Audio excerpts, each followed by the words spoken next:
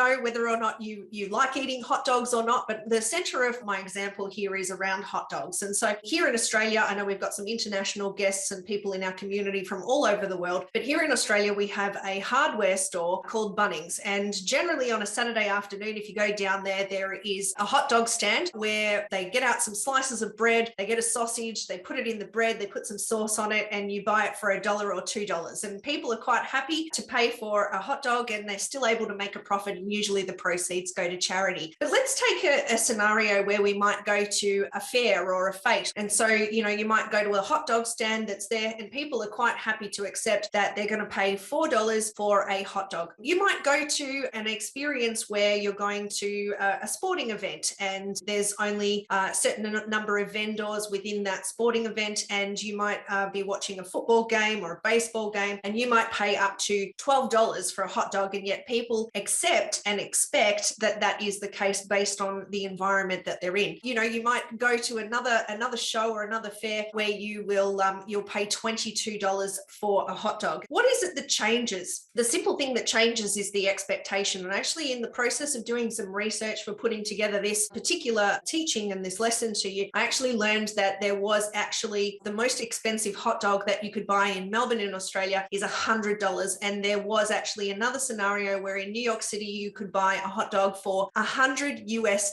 What changes here is the perception and the expectation.